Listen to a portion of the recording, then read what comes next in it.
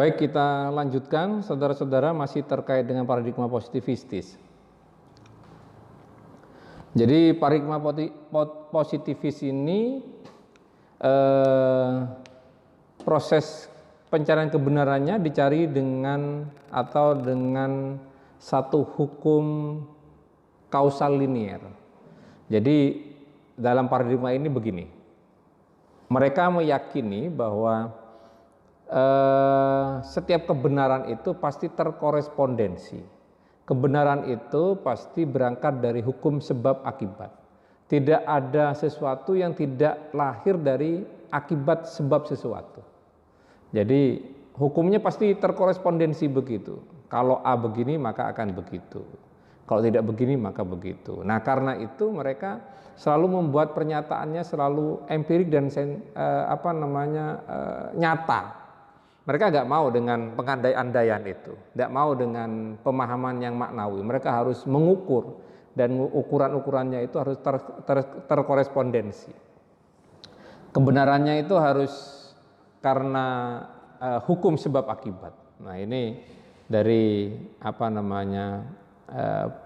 positivisme itu. Maka secara aksiologis mereka mengatakan begini, bahwa positivisme itu mengejar objektivitas agar dapat ditampilkan prediksi atau hukum yang keberlakuannya bebas waktu dan tempat. Jadi objektivitas itu nomor satu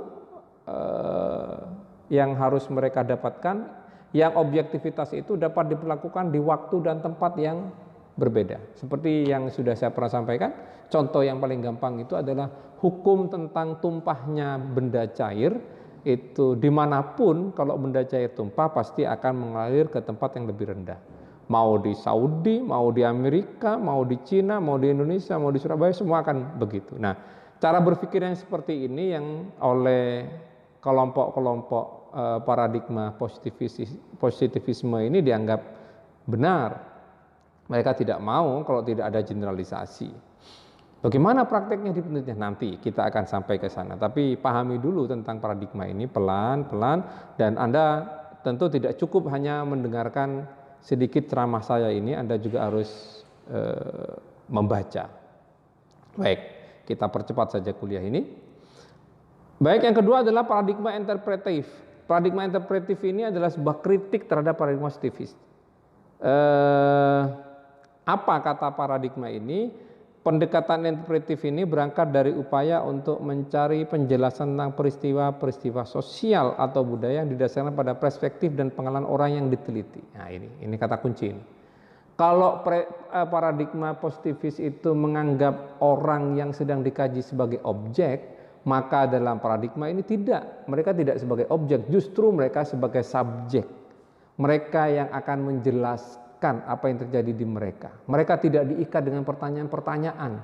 Mereka tidak harus menjawab kuesioner yang jawabannya sudah ABC, tidak. Tapi dibiarkan mereka untuk menceritakan apa yang mereka pahami, yang mereka maknai, dan peneliti itu justru banyak mendengarkan dan belajar kepada si subjek penelitian ini. Jadi orang yang sedang diteliti itu justru menjadi subjek, bukan menjadi objek. Ini perbedaan utamanya.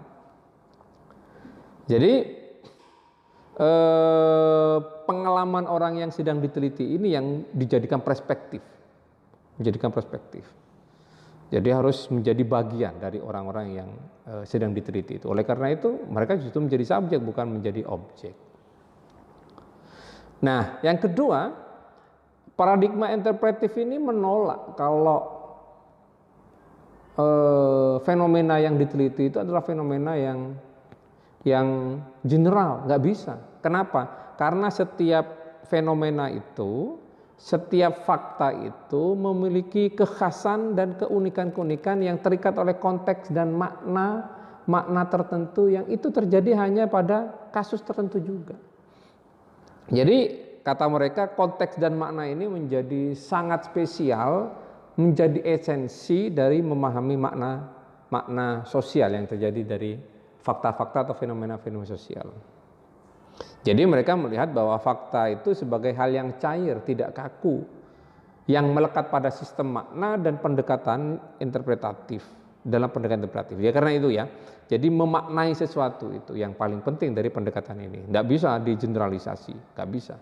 Yang saya pernah contohkan kemarin itu adalah ketika orang meludah itu tidak selalu karena alasan tidak enak dengan rasa yang ada di mulut. Kadang orang meludah itu karena ada satu rasa yang diungkapkan karena ada lawan atau kompetitornya lewat atau macam-macam itu. Jadi orang itu tidak dipahami hanya sekedar sedang ingin mengeluarkan ludah, tapi itu juga bisa bermakna bahwa dia sedang meluapkan kekesalan, kemarahannya karena ada orang yang menjadi kompetitor dia, menjadi orang yang bermusuhan dengan dia sedang lewat. Maka ini orang ini tidak hanya sekedar meludah, tapi sedang mengirim pesan kepada orang yang menjadi kompetitornya itu bahwa dia tidak suka dengan orang itu.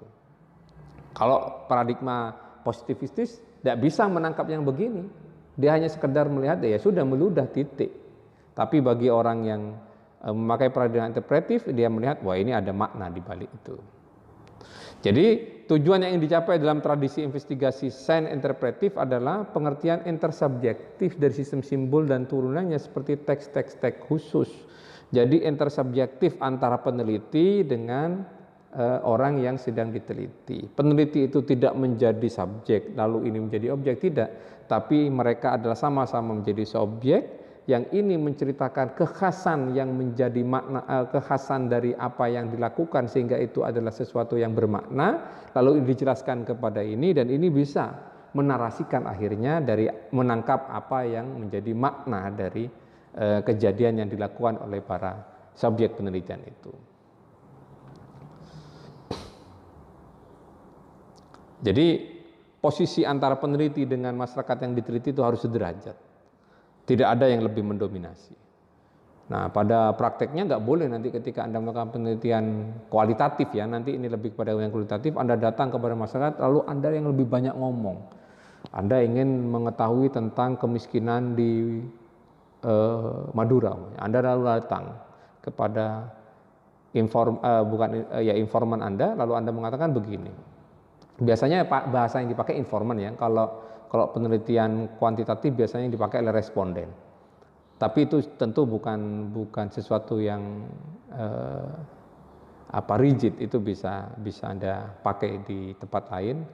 Tapi biasanya begitu. Nah, Anda melakukan penelitian, lalu informan Anda, orang yang Anda teliti di Madura itu karena tentang kemiskinan, lalu Anda bicara tentang teori kemiskinan. Pak, Bapak itu miskin karena ini. Anda lebih banyak mengunci atau lebih banyak nyetir, lebih banyak mengkondisikan orang ini untuk memberikan jawaban, maka Anda tidak akan menemukan apapun makna dari kemiskinan dari orang itu. Maka seharusnya Anda ketika melakukan penelitian dengan pendekatan kualitatif ini, Anda harusnya lebih dulu menjadi bagian dari orang itu. Anda jangan langsung masuk ke tema penelitian.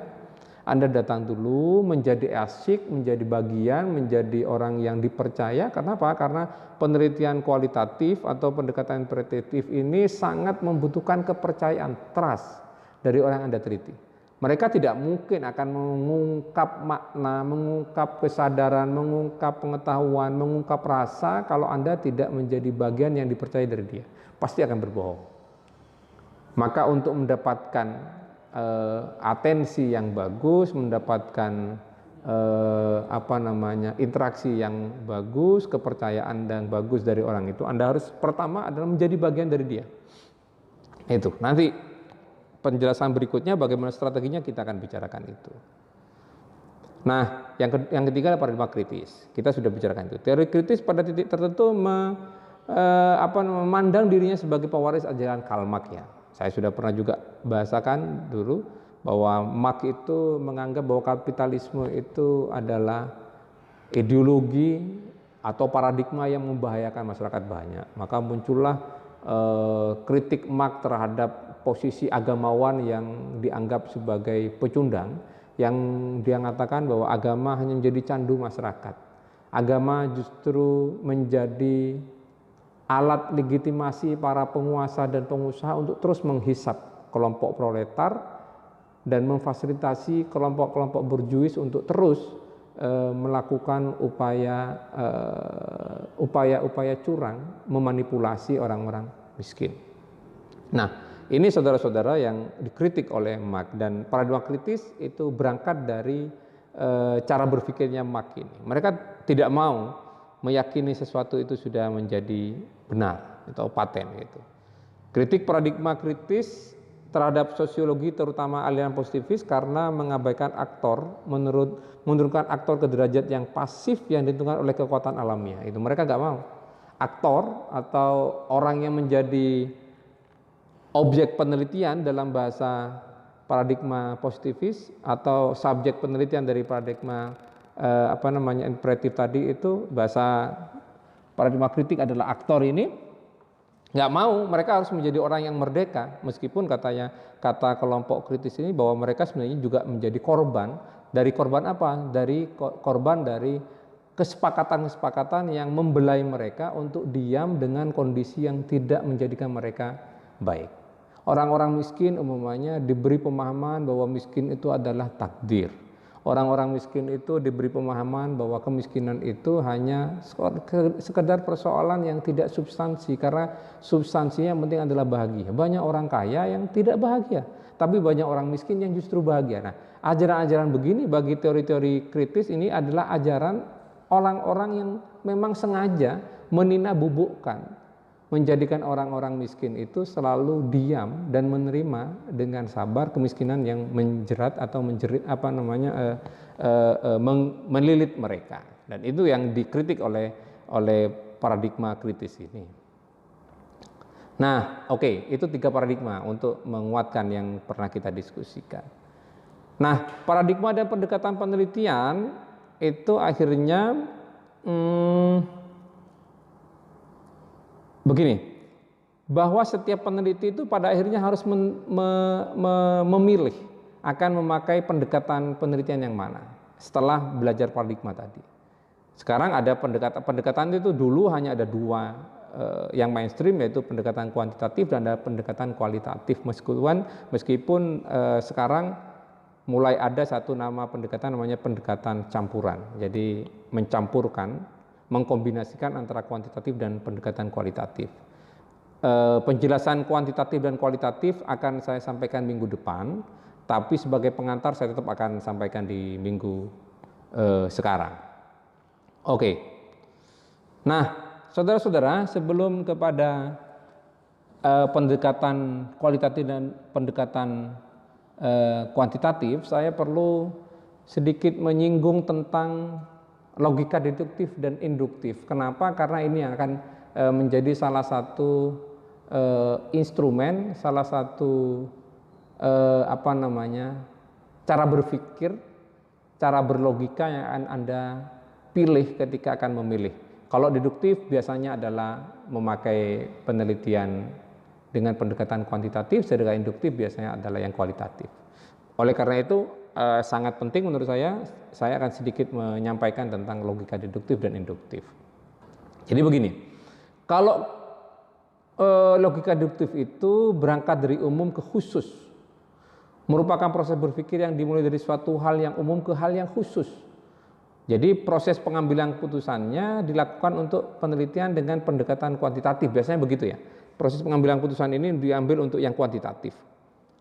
Jadi pengambilan kesimpulan dimulai dengan teori yang digunakan, kemudian teori tersebut dikaitkan dengan data yang diperoleh sehingga peneliti memperoleh kesimpulan. Jadi dari teori dulu, ditetapkan dulu teorinya, turun ke lapangan, lalu kesimpulannya itu sudah dikendalikan oleh teori tadi. Kesimpulannya itu dikendalikan oleh teori tadi itu. Yang kalau induktif itu dimulai dari suatu yang spesifik, yang kecil-kecil, sehingga dapat dilihat pola yang terjadi, dan pola ini akan menjadikan kesimpulan bagi sebuah penelitian. Jadi berangkat ini terbalik.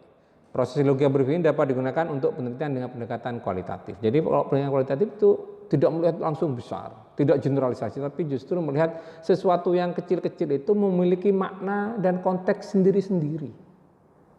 Tidak bisa dipukul rata bahwa semua orang yang mengeluarkan ludah itu adalah orang yang selalu ingin tidak bisa begitu. Tapi 2 logika ini sama-sama punya kelemahan, sama-sama ada sisi kekuatan dan sisi kelemahannya. Oke, ini contohnya. Kekuatan logika deduktif misalnya begini, umpamanya ada satu premis ya, atau pernyataan ya, ada satu pernyataan besar begini. Setiap agama mengakui adanya Tuhan. Oke, setiap agama mengakui Tuhan. Lalu premis minornya begini, budiman pemeluk agama Islam. Ini kan satu, setiap agama mengakui adanya Tuhan, lalu budiman pemeluk agama Islam. Maka kesimpulannya dari dua premis mayor dan minor ini, budiman mengakui atau beriman kepada Tuhan yang Maha Esa. Jadi kalau yang pertama, premis mayornya setiap agama mengakui adanya Tuhan, lalu yang kedua premis minornya budiman pemeluk agama Islam, maka kesimpulannya budiman adalah orang yang beragama dan mengakui adanya Tuhan. Nah ini. Tapi juga ada kelemahannya logika deduktif. Contohnya begini. Yang saya tulis, semua dosen FISIP UIN Sunan Ampel mempunyai IQ tinggi. Ini premis mayornya. Lalu premis minornya begini.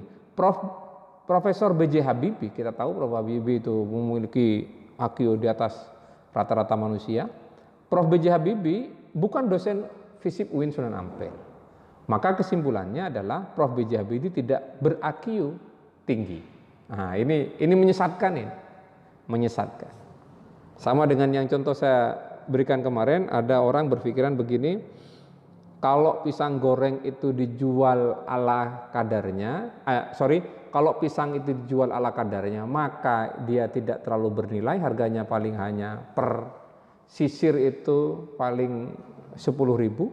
Tapi kalau pisang itu digoreng maka bernilai berbeda, maka satu sisir bisa bernilai 30.000 karena satu buah pisang yang harganya kalau tidak digoreng itu harganya hanya Rp500, tapi kalau digoreng bisa jadi 2.500. Nah, ini logika pertama. Logika kedua ini tidak bisa dipakai untuk burung beo umpamanya. Ada burung beo harganya 500.000, lalu pakai logika pisang goreng. Kalau ingin burung beo ini lebih berharga dan bernilai lebih tinggi, maka burung beo ini cukup digoreng saja seperti pisang goreng. Ini logika yang menyesatkan. Yang harusnya 500.000 bisa dijual 5.000 malah, atau malah justru tidak ada yang mau beli. Nah ini. Nah kalau logika induktif yang strong ya, strong induktif, kekuatan logika induktif begini. Berangkatnya begini, contoh ini ya. Besi adalah logam, apabila dipanaskan memuai. Satu. Perunggu juga logam, apabila dipanaskan memuai. Perak adalah logam, apabila dipanaskan akan memuai. Kesimpulannya jadi logam, semua logam, besi, perunggu, perak apabila dipanaskan akan memuai. Nah ini kuat ini, logika induktif begini. Dari kecil besi, oh ternyata logam ini bisa dipanaskan. Tapi ada kelemahannya juga. Contohnya begini, yang salah menempatkan. Apel di toko Malang rasanya manis. Apel di toko Surabaya rasanya juga manis. Apel di toko Madura juga manis. Jadi semua apel rasanya manis. Nah ini ada efek yang menjadi lemah. Karena pada akhirnya tidak semua apel rasanya manis. Ada apel yang merasa kecut. Nah oke.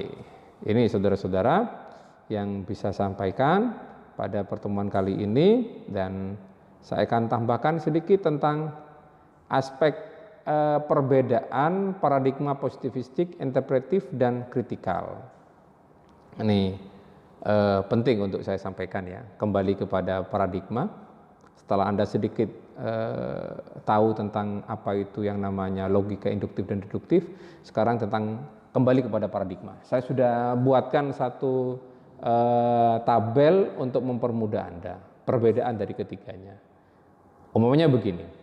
Pertama yang saya tulis adalah alasan melakukan penelitian. Bagi para peneliti yang memilih paradigma positivistik, mereka melihat bahwa mereka melakukan penelitian itu untuk menemukan hukum sebab akibat. Ingat, sebagaimana saya sampaikan tadi, pasti mereka selalu berpikir sebab akibat perilaku manusia agar berbagai kejadian dapat diramalkan dan dikendalikan. Kepentingannya adalah meramalkan dan mengendalikan. Kalau semua orang begini, pokoknya begini. Orang sekarang karena penyakit COVID-19 ini, orang akan berusaha mencari tempat yang paling paling aman untuk dirinya. Lalu orang berpikir semua tempat paling aman adalah di desa. Maka orang berusaha untuk melarikan diri ke desa-desa semua. Orang yang di Jakarta, yang Surabaya, yang red zone pulang semua. Maka dengan cara berpikir begitu, kelompok positivistik punya kesimpulan, wah ini pasti orang pada melarikan diri semua ke desa. Oleh karena itu mereka sudah bisa memprediksi akan begini. Tapi katanya paradigma interpretif bukan itu alasan melakukan penelitian adalah untuk memahami dan menjelaskan tindakan-tindakan manusia. Tidak akan digeneralisir, tapi setiap tindakan itu punya makna sendiri-sendiri. Setiap tindakan punya makna sendiri-sendiri. Nah, tindakan-tindakan itu yang dijelaskan. Sedangkan untuk yang kritikal, untuk membongkar mitos dan memberdayakan manusia untuk mengubah masyarakat. Jadi mereka jauh lebih jauh ya. Jadi penelitian itu dilakukan tidak hanya sekedar menjelaskan atau memahami, tapi lebih daripada itu adalah untuk membongkar mitos dan memberdayakan manusia untuk mengubah masyarakat. Nah, saya harap Anda punya cita-cita seperti ini, bagaimana Anda punya satu upaya untuk membongkar satu kondisi yang mungkin sudah tidak terlalu baik. Baik, saudara-saudara, masih banyak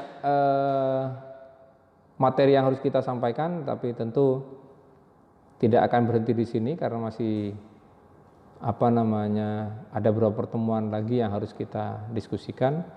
Jadi untuk sementara saya cukupkan sekian pertemuan ini, ada 2 sesi. Jadi kalau ada pertanyaan atau Anda mohon penjelasan lebih banyak, silakan Anda tulis atau Anda sampaikan di grup WA yang sudah kita buat. Nanti akan saya jelaskan berikutnya, entah melalui grup WA atau nanti di video berikutnya yang akan saya kirim di grup kita masing-masing. Sekian dari saya. Wassalamualaikum warahmatullahi wabarakatuh.